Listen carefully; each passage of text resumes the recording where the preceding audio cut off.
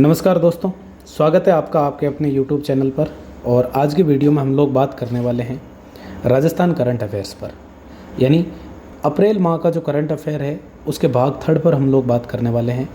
इससे पहले मैंने आप लोगों के लिए अप्रैल माह के 2 वीडियो, मई माह के 2 वीडियो और जून माह का 1 वीडियो अपलोड कर दिया।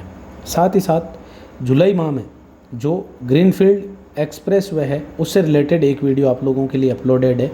तो टोटल करंट अफेयर के 6 वीडियो आप लोगों के लिए अपलोड कर दिए गए हैं और करंट अफेयर सीरीज़ का ये 7वां वीडियो है, जिसमें हम लोग अप्रैल माह के जितने भी करंट अफेयर के मुद्दे बच रखे हैं उन पे बात करने वाले हैं। वीडियो की शुरुआत करते हैं उससे पहले यदि आप लोग चैनल पर नए हैं तो चैनल को एक बार सब्सक्राइब कर लें, साथ ही साथ बेल आइकन को प्रेस कर लें जिससे आपको आने वाले वीडियोज़ की नोटिफिकेशन मिलती रहे। तो चलिए शुरुआत करते हैं अप्रैल माह के करंट अफेयर की। सबसे पहले बात करते हैं दीपिका मिश्रा की। यदि दीपिका मिश्रा की बात करें तो ये दीपिका मिश्रा जो है इनका संबंध राजस्थान के कोटा से है, यानी ये कोटा निवासी विंग कमांडर है, यानी कोटा निवासी विंग कमांडर। अब ये चर्चा में क्यों रही?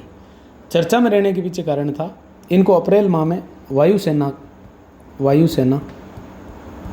मेडल ये पुरस्कार दिया गया था। वायुसेना मेडल पुरस्कार इनको प्रदान किया गया था और ये पुरस्कार प्राप्त करने वाली ये प्रथम भारतीय वायुसेना की महिला अधिकारी, यानी वायुसेना मेडल पुरस्कार प्राप्त करने वाली प्रथम भारतीय वायुसेना की महिला अधिकारी कौन है? तब हमारा आंसर होगा दीपिका मिश्रा। अब इनको ये क्यों दिया गया?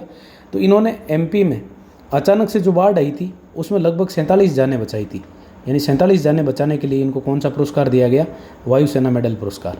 फिर आगे बात करते हैं हमारे सेना से जुड़ी एक और अन्य महिला से जिनका नाम है निशा कुलेरी।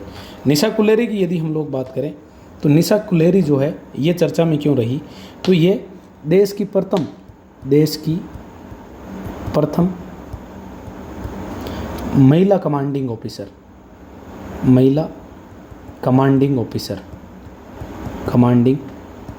बनी है। अब यदि हम लोग बात करें कि इनका गांव कौन सा है तो इनका गांव है सागासी गांव, जो कि आपके राजस्थान के झुंझुनू ज़िले में पड़ता है। सागासी गांव झुंझुनू की ये रहने वाली है और वर्तमान में ये तैनात है चीन बॉर्डर पर, यानी चीन बॉर्डर पर ये तैनात है। और इनके जो पति थे उनका नाम था मेजर श्री सुरेंद्र सिंह।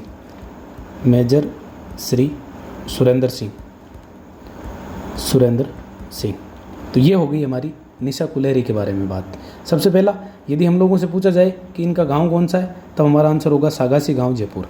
दूसरा, ये चर्चा में क्यों रही? तो ये देश की प्रथम महिला कमांडिंग ऑफिसर बनी है। फिर अभी इनकी तैनाती कहाँ पे है? तो इनकी तैनाती चीन जो बॉर्डर है, चीन जो सीमा रेखा है उस पर इनकी तैनाती है। आगे बात करते हैं दूसरी G20 W20 बैठक, बहुत ही इम्पोर्टेंट और एग्ज़ाम दृष्टि से बहुत ही महत्वपूर्ण सवाल। दूसरी G20 W20 बैठक। अब देखिए, क्योंकि आप लोगों को पता होगा 2023 में G20 जो है उसकी बैठक की अध्यक्षता कर रहा है भारत, और इसी संदर्भ में भारत के विभिन्न जो राज्य हैं उनमें G20 की बैठकों का आयोजन किया जा रहा है। अब ये जो दूसरी G20 W20, W का मतलब है वुमेन 20 बैठक, इसका आयोजन जो किया गया था वो किया गया था 13-14 अप्रैल 2023 को। और इसका जो आयोजन किया गया था वो राजस्थान के जयपुर ज़िले में किया गया था, यानी जयपुर में इसका क्या किया गया था? आयोजन किया गया था। तो हमारे लिए सबसे इम्पोर्टेंट फैक्ट ये हो जाता है कि दूसरी G20 W20 बैठक का आयोजन कहाँ किया गया? तब हम लोग आंसर कर रहे होंगे जयपुर में।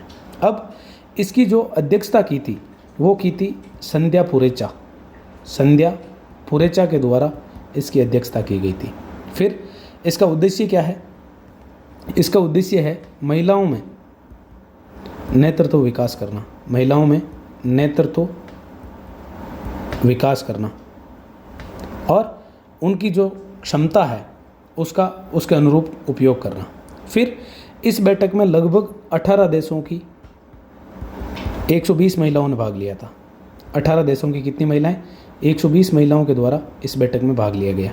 तो ये डाटा हमारे लिए ज़्यादा इम्पोर्टेंट नहीं है, हमारे लिए ज़्यादा इम्पोर्टेंट ये है कि G20 W20 की जो दूसरी बैठक है, इस बैठक का आयोजन कहाँ किया गया, तब हमारा आंसर होगा जयपुर। कौन से महीने में? अप्रैल महीने में। अध्यक्षता किसने की? संध्या पुरेचा। आगे बात करते हैं G20 W20 के बारे में। G20 W20 के बारे में यदि हम लोग बात करें तो इसकी जो पहली बैठक थी, उस पहली बैठक का आयोजन किया गया था संभाजी नगर,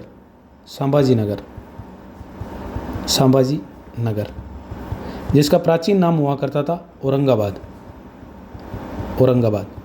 यहाँ पे पहली W20 बैठक का आयोजन होता है, और ये जो आयोजन होता है ये होता है आपका 27-28 फरवरी 2023 को।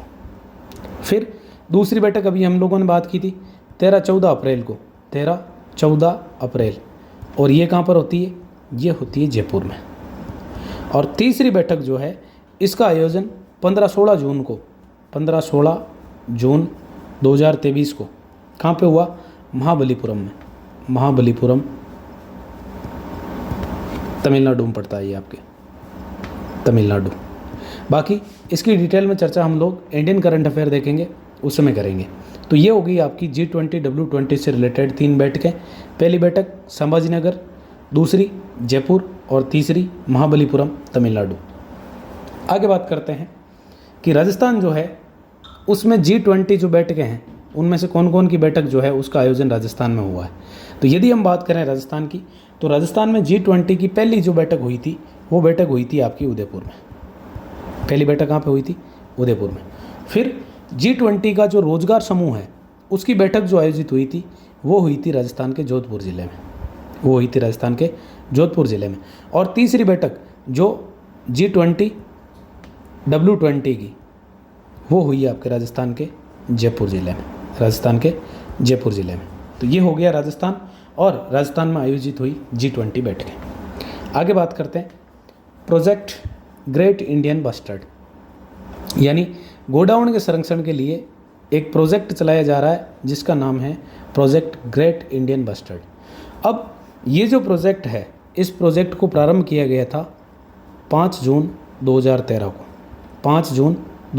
को इसको प्रारंभ किया गया था। और हाल ही में ये जो चर्चा में रहा है उसके पीछे कारण है कि जैसलमेर जो प्रजनन केंद्र है, जैसलमेर प्रजनन केंद्र, यहाँ से पहली बार सफल चूजा जो है वो निकाला गया। इसके लिए ये अप्रैल माह में चर्चा में रहा। और ये जो आपका प्रोजेक्ट ग्रेट इंडियन बस्टर्ड है, इसका उद्देश्य है गोडाउन का संरक्षण, गोडाउन जिसको हम बोलते हैं ग्रेट इंडियन बस्टर्ड, इसका संरक्षण। अब देखो, गोडाउन के संरक्षण के लिए संरक्षित जो क्षेत्र घोषित किए गए हैं वो क्षेत्र आपके घोषित किए गए हैं। एक तो डेजर्ट नेशनल पार्क जो कि कहाँ पड़ता है? जैसलमेर में पड़ता है। यानी जैसलमेर, और जैसलमेर के अलावा ये कहाँ पे विस्तृत है? बाड़मेर में। इसका मैक्सिमम पार्ट कहाँ पड़ता है? जैसलमेर में पड़ता है, और राज्य का सबसे बड़ा वन्य जीव अभयारण्य ये। उसके बाद दूसरा जो इसका पार्ट है वो आपका है रामदेवरा आर्मी प्रोजेक्ट एरिया। यानी ये 2 क्षेत्र ऐसे हैं जो गोडाउन के लिए क्या किए गए हैं? संरक्षित किए गए हैं। फिर गोडाउन पक्षी जो है पिछले 30 वर्षों में इसकी जो आज़ादी है वो लगभग आपकी 75% कम हुई है। यानी 75% गोडाउन की जो आबादी है वो पिछले 30 वर्षों में कम हो चुकी है। और वर्तमान में यदि हम बात करें तो राजस्थान में लगभग 150 गोडाउन ही बचे हैं। फिर आगे बात करते हैं गोडाउन के बारे में अदर फैक्ट जो कि हमें एग्ज़ाम में पूछे जा सकते हैं। तो 2011 में IUCN के द्वारा रेड डाटा लिस्ट जारी की गई थी। उस रेड डाटा लिस्ट में हमारा जो राज्य पक्षी गोडाउन है, इस गोडाउन को क्रिटिकल एंडेंजर्ड श्रेणी में रखा गया था। क्रिटिकल एंडेंजर्ड यानी लगभग विलुप्ति की कगार पर है गोडाउन पक्षी। क्यों? क्योंकि टोटल राजस्थान में इनकी संख्या बची है 150। अब इसको राज्य पक्षी का दर्जा दिया गया था 21 मई 1981 को। यदि हम वैज्ञानिक नाम की बात करें कि गोडाउन के वैज्ञानिक नाम क्या है, तो इसका वैज्ञानिक नाम मिलता है क्रायोटिस नाइग्रेप्सिस। फिर अन्य नाम की यदि हम लोग बात करें तो एक मैंने आप लोगों को बताया था, इसको कहा जाता है ग्रेट इंडियन बस्टर्ड, यानी ग्रेट इंडियन बस्टर्ड के नाम से जाना जाता है। हमारा जो हड़ौती क्षेत्र है, हड़ौती क्षेत्र में इसको कहा जाता है माल मोरडी। और के नाम क्या क्या देखने को मिलते हैं? एक नाम इसका देखने को मिलता है हुकना, यानी इसको कहा जाता है हुकना पक्षी। एक इसका नाम देखने को मिलता है बड़ा तिलोर पक्षी। साथ ही साथ इसको कहा जाता है सारंग, बड़ा तिलोर, माल मोरडी, हुकना। इसके साथ ही इसको कहा जाता है गगनबेरी। गगनबेरी के साथ इसको कहा जाता है गुदनमेर। ये सारे के सारे गोडाउन के अन्य नाम हैं। यदि हमसे पूछा जाए हड़ौती भाषा में, तो हम लोग बोलेंगे मालमोरडी, यानी हड़ौती जो क्षेत्र है उसमें इसको कहा जाता है मालमोरडी, हुकना पक्षी, बड़ा तिलोर, सारंग, गगनबेरी, गुदनमेर। ये सारे के सारे किसके अन्य नाम हैं? ये आपके नाम हैं किसके? गोडाउन के। आगे बात करते हैं। राजस्थान में गोडाउन पक्षी जो है वो मुख्य रूप से 3 स्थानों पर पाया जाता है। अब ये 3 स्थान कौन से हैं, इनके बारे में हम लोग बात करते हैं। तो पहला स्थान आपका है डेजर्ट नेशनल पार्क, राष्ट्रीय मरु उद्यान, जो कि जैसलमेर और बाड़मेर में विस्तृत है। उसके बाद दूसरा स्थान पाया जाता है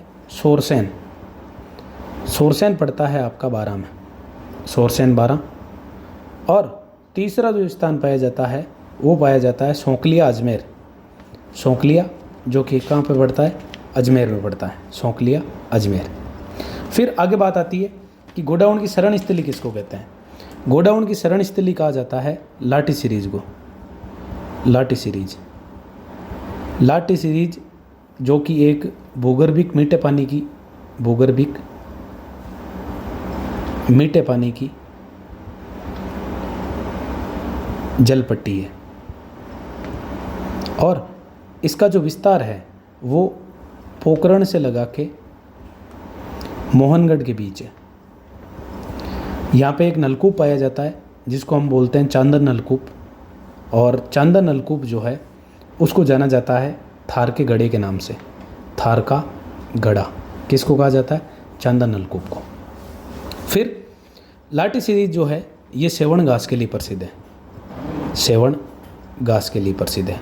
आप लोग कमेंट बॉक्स में बताइए कि लाठी सीरीज की खोज कब हुई और इसकी खोज किसने की थी। फिर गोडाउन पक्षी जो है इसका प्रिय भोजन की यदि हम लोग बात करें तो इसका प्रिय भोजन एक तो है तारामीरा के अलावा इसका जो प्रिय भोजन है वो है मूंगफली। तो ये बात हो गई हमारे राज्य पक्षी गोडाउन के बारे में। आगे बात करते हैं principle of the year award 2023, यानी 2023 का principle of the year award किसको दिया गया? तो ये दिया गया नीरा सिंह। अब नीरा सिंह की यदि बात करें तो इनका संबंध राजस्थान के जोधपुर ज़िले से। जोधपुर ज़िले में कौन से स्कूल के प्रिंसिपल है? तब हम लोग आंसर दे रहे होंगे कृष्णा कुमारी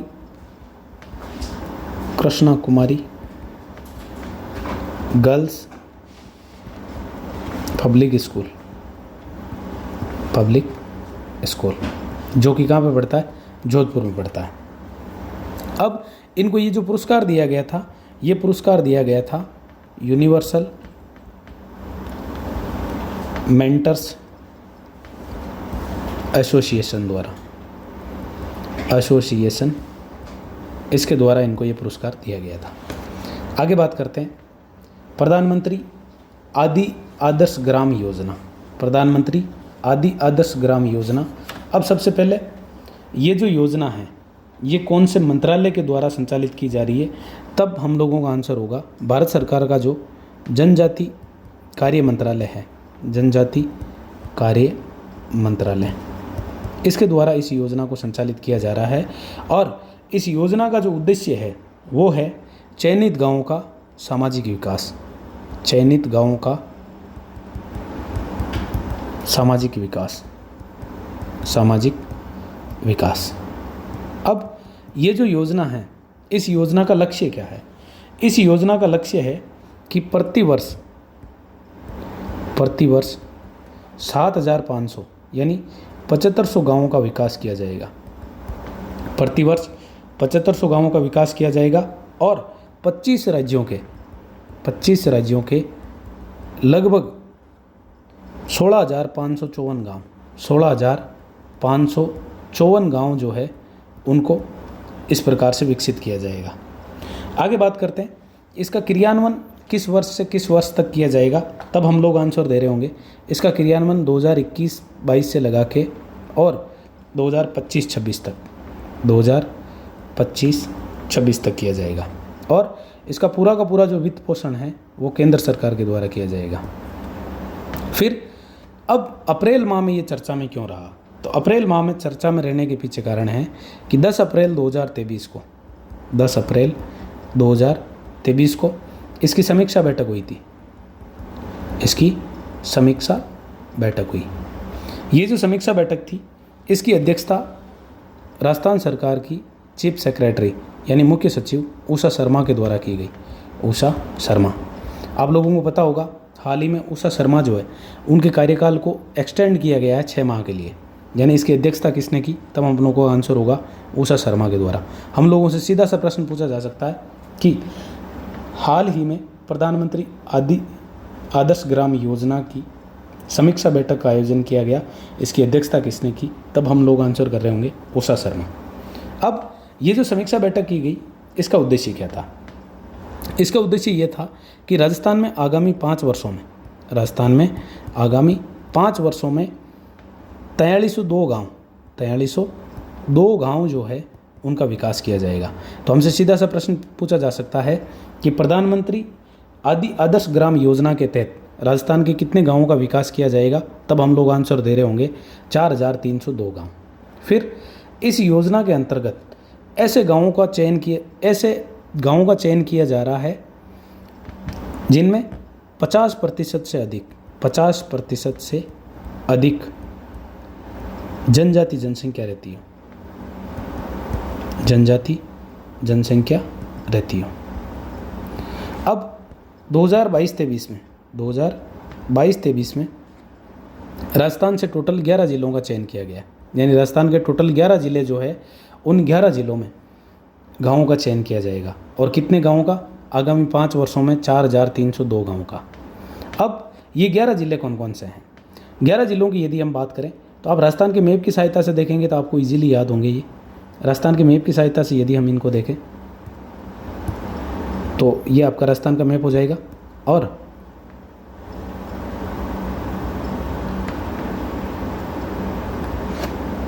राजस्थान के मैप में आप लोग आराम से देख सकते हैं ये आपका पूर्वी राजस्थान से यदि हम लोग बात करें तो पूर्वी राजस्थान से इन्होंने लिया है एक तो आपका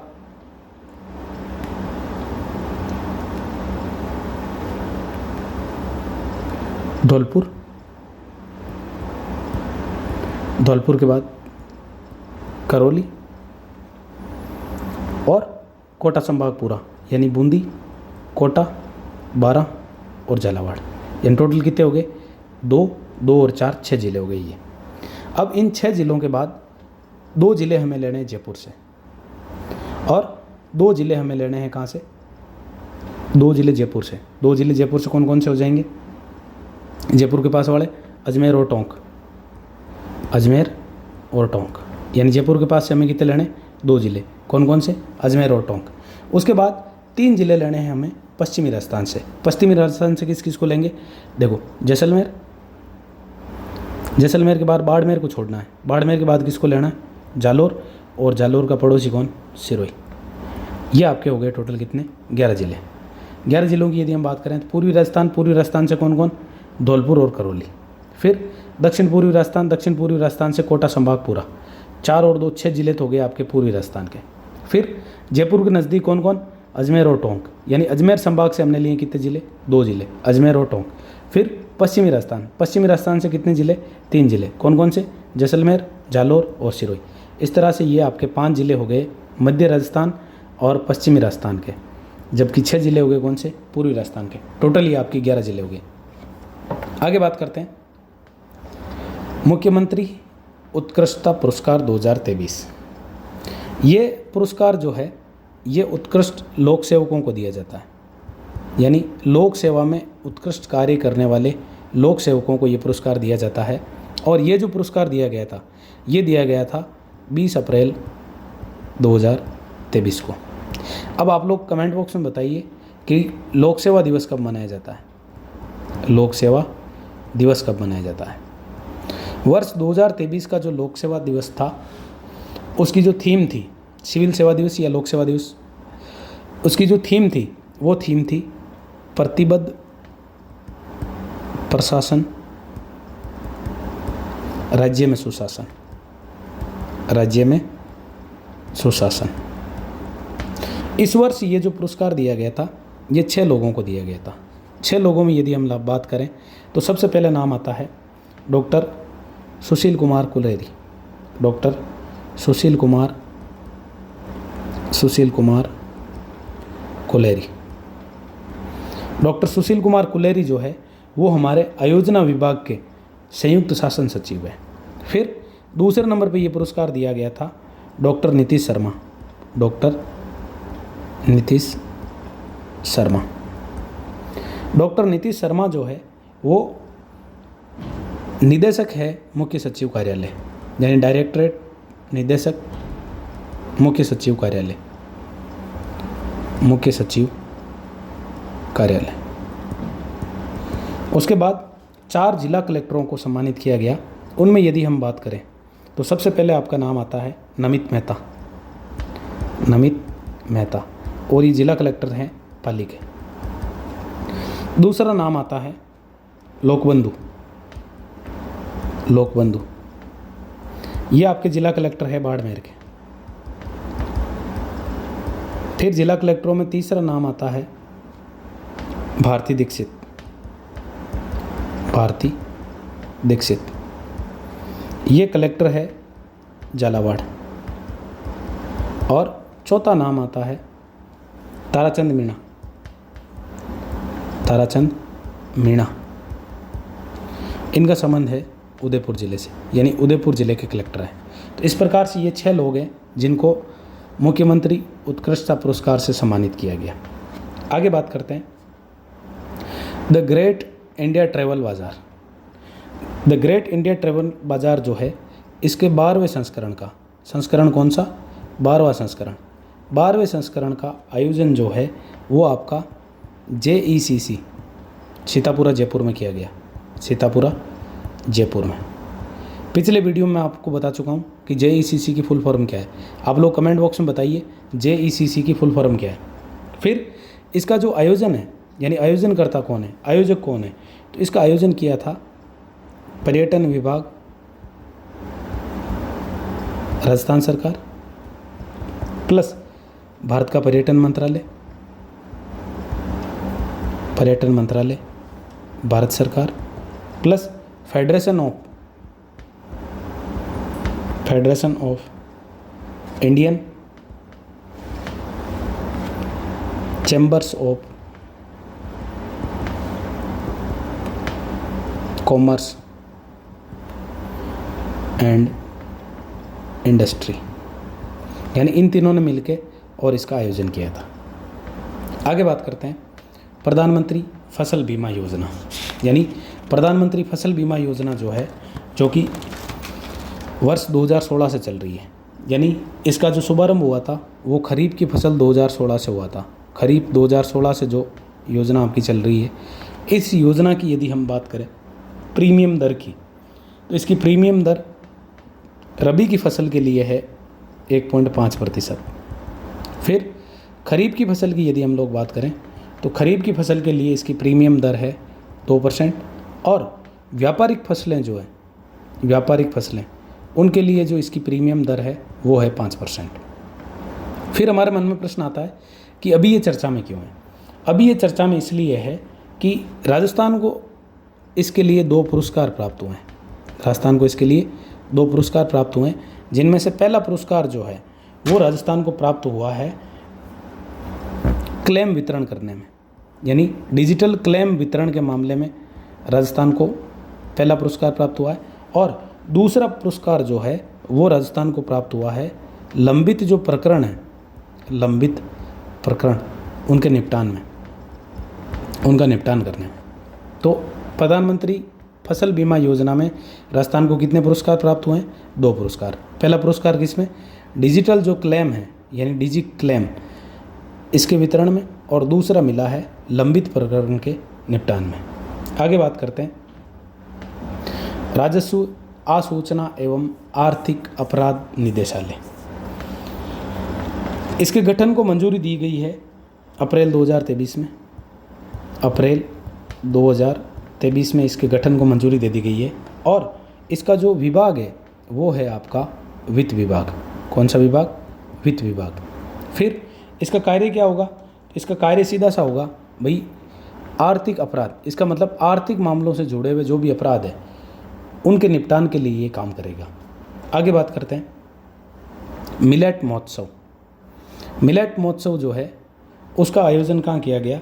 तब हम लोग आंसर दे रहे होंगे कि इसका आयोजन जो है वो काजरी, जोधपुर, काजरी जिसका मुख्यालय कहाँ है? जोधपुर, वहाँ पे इसका आयोजन किया गया। और आयोजन जो किया गया था वो आपका किया गया था 20 से लगा के 21 अप्रैल को, 20 से 21 अप्रैल 2023 को। फिर इसका जो आयोजन करता है यानी इसका आयोजक जो है उसका नाम क्या है? तब हम लोग आंसर दे रहे होंगे खाद्य प्रसंस्करण उद्योग मंत्रालय, उद्योग मंत्रालय। अब देखो मिलेट्स की यदि हम लोग बात करें तो मिलेट्स कहा जाता है मोटे अनाज को, मोटा अनाज। यूनेस्को के द्वारा यूएनओ के द्वारा वर्ष 2023 जो है उसको मिलेट वर्ष घोषित किया गया है, मिलेट वर्ष। तो सीधा सा हमें प्रश्न पूछा जा सकता है कि वर्ष 2023 को कौन सा वर्ष घोषित किया गया यूएनओ के द्वारा? तब हम लोग आंसर दे रहे होंगे मिलेट वर्ष घोषित किया गया है। फिर मोटा अनाज जो है उसके उत्पादन में प्रथम स्थान पर कौन है? तब हम लोग आंसर दे रहे होंगे राजस्थान। और राजस्थान देश का लगभग 28.5% यानी 28.6% मोटा अनाज उत्पादित करता है। कौन से वर्ष में? वर्ष 2023 में। तो ये हो गए आपके मिलेट से जुड़े हुए महत्वपूर्ण फैक्ट। अब मोटे अनाज को इस वर्ष एक नया नाम भी दिया गया है। तो मोटे अनाज को हम लोग इस वर्ष श्री अन्न के नाम से पुकारते हैं, श्री अन्न। तो ये हो गया आपका मिलेट के बारे में। आगे बात करते हैं most romantic city. Most romantic city यानी वर्ल्ड की जो मोस्ट रोमांटिक सिटी है उनकी यदि हम लोग बात करें तो इसमें सबसे पहले नंबर पे है पेरिस, जो कि कहाँ? फ्रांस। और चौथे स्थान पर राजस्थान का उदयपुर शहर है, उदयपुर शहर। ये हो गई आपकी मोस्ट रोमांटिक सिटी। उसके बाद आगे बात करते हैं कृषक उपहार योजना। अब देखिए कृषक उपहार योजना जो है इसका आरंभ किया गया था 1 जनवरी 2022 को। अब इसका उद्देश्य क्या है? इसका उद्देश्य है किसानों को आर्थिक मदद देने हेतु ऑनलाइन लॉटरी का इसमें आयोजन किया जाता है। अब इसमें जो प्रथम पुरस्कार विजेता है उसको दिए जाते हैं 2.5 लाख रुपए यानी 2.5 लाख रुपए। द्वितीय पुरस्कार विजेता को 1.5 लाख रुपए, 1.5 लाख रुपए। और जो तृतीय पुरस्कार विजेता है उसको दिया जाता है 1 लाख रुपए। अब 19 अप्रैल 2023 को श्री प्रदीप, जिनका संबंध कहाँ से? भवानी मंडी कोटा, इनको प्रथम पुरस्कार दिया गया था कितना? 2.5 लाख रुपए का। तो 19 अप्रैल 2023 को श्री प्रदीप को कौन सा पुरस्कार दिया गया? कृषक उपहार योजना के तहत पहला पुरस्कार, जिसके अंतर्गत इनको कितने रुपए दिए गए? 2.5 लाख रुपए दिए गए। आगे बात करते हैं राजस्थान वानिकी एवं जैव विविधता विकास परियोजना। अब इस परियोजना की यदि हम लोग बात करें तो इस परियोजना के लिए हमने 5 अप्रैल 2023 को एक समझौता किया है। ये जो समझौता हुआ है ये राजस्थान सरकार प्लस फ्रांस की डेवलपमेंट कंपनी इनके मध्य हुआ है।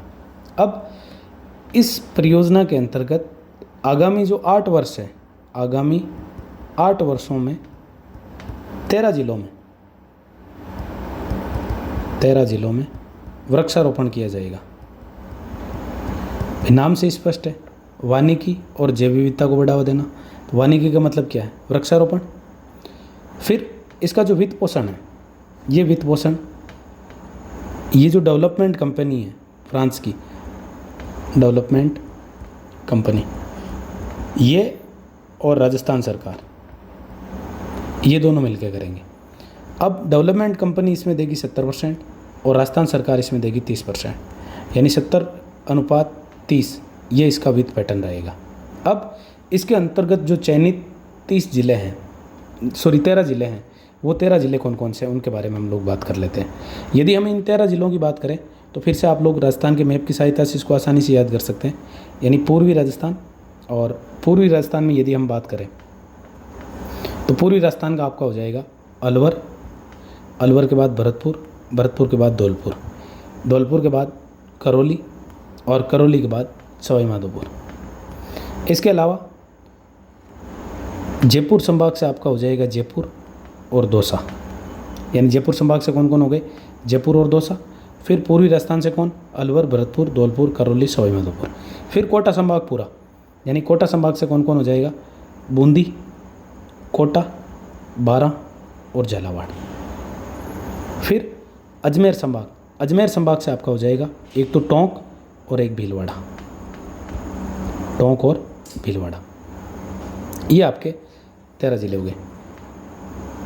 जयपुर और दौसा ये दो तो जयपुर संभाग से हो गए। फिर टोंक और भीलवाड़ा ये दो हो गए कहाँ से? अजमेर संभाग से।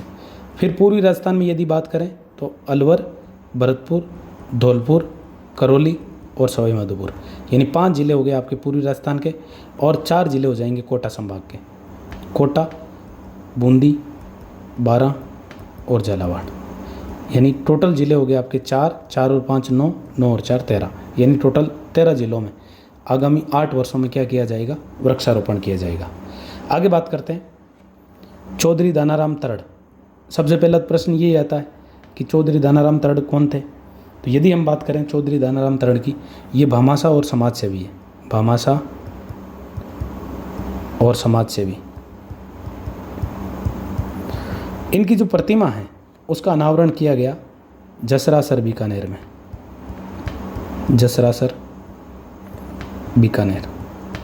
फिर उदयपुर में एक वैक्स म्यूजियम बन रहा है, जनाना महल सज्जनगढ़ में।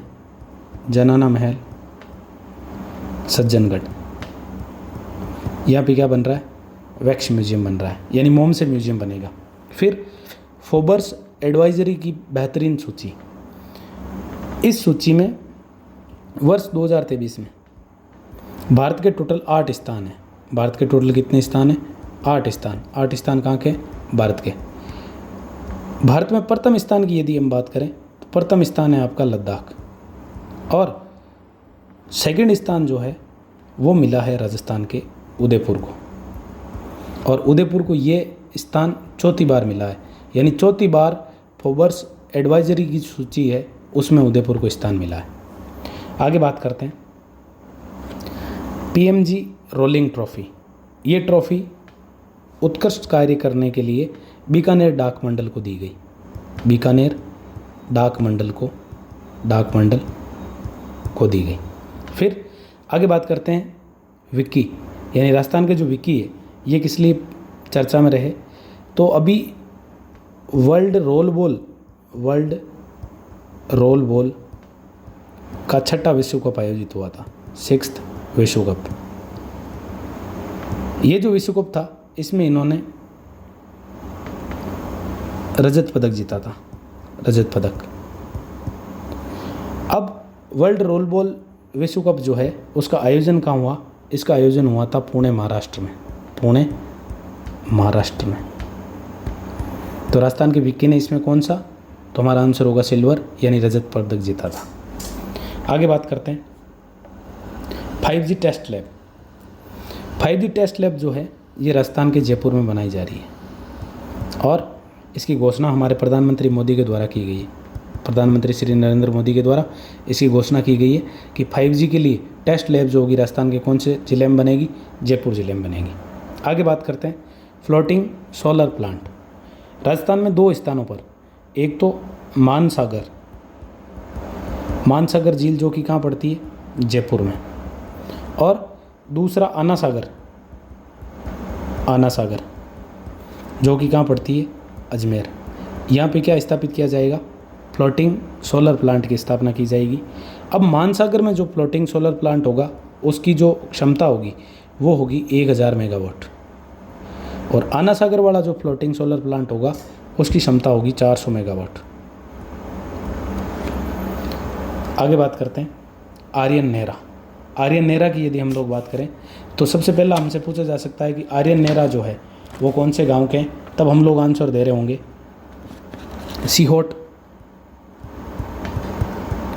सीहोट गांव, जो कि कौन से ज़िले में पड़ता है? सीकर ज़िले में पड़ता है। अब अगला प्रश्न आता है कि ये अभी चर्चा में क्यों रहे?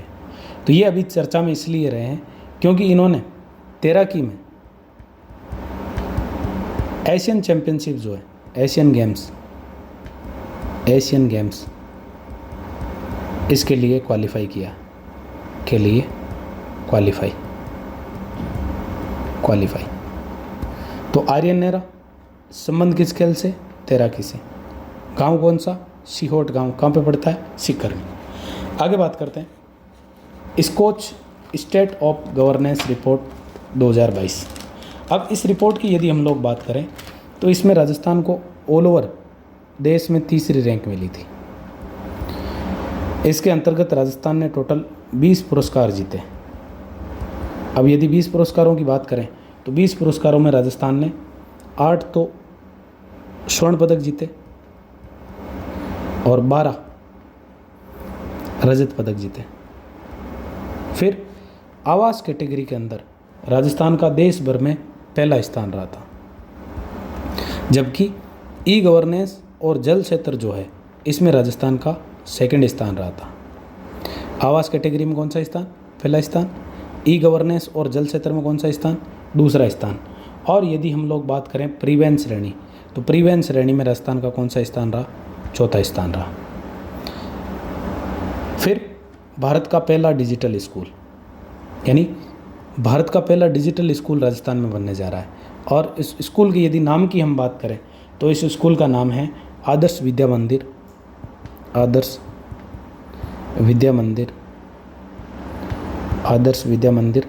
अंबाबाड़ी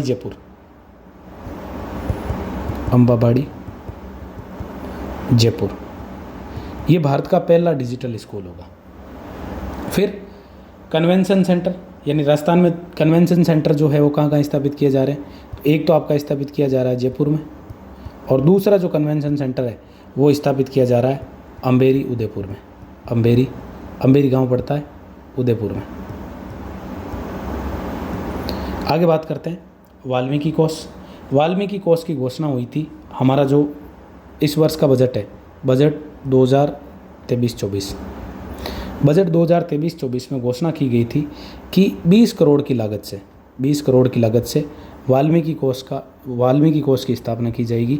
लेकिन अभी इसकी जो राशि है इसको बढ़ा के और 100 करोड़ कर दिया गया है। तो हम लोगों से प्रश्न सीधा सा पूछा जा सकता है कि हाल ही में वाल्मीकि कोष की राशि जो है उसको बढ़ाने की घोषणा की गई है, तो वर्तमान में वाल्मीकि कोष की राशि कितनी कर दी गई है? तब हमारा आंसर होगा 100 करोड़। अब वाल्मीकि जो कोष है इसका उद्देश्य क्या है? इसका उद्देश्य है सफाई कर्मचारियों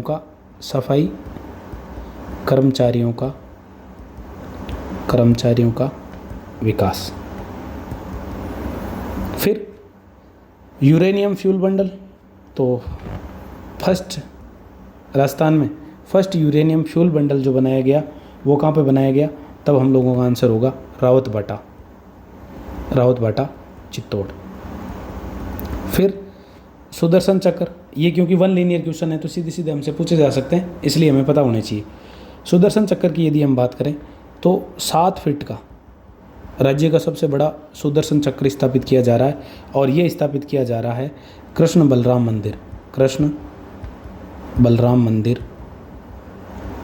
मंदिर जयपुर में। आगे यदि हम लोग बात करें तो अगला फैक्ट है हमारे सामने 12 ज्योतिर्लिंग मंदिर। अब ये मंदिर बन रहा है राजस्थान के झुंझुनू ज़िले में, और इसका जो आकार होगा वो आकार होगा भारत के मैप के आकार का, यानी भारत के नक्शे के आकार का ये होगा।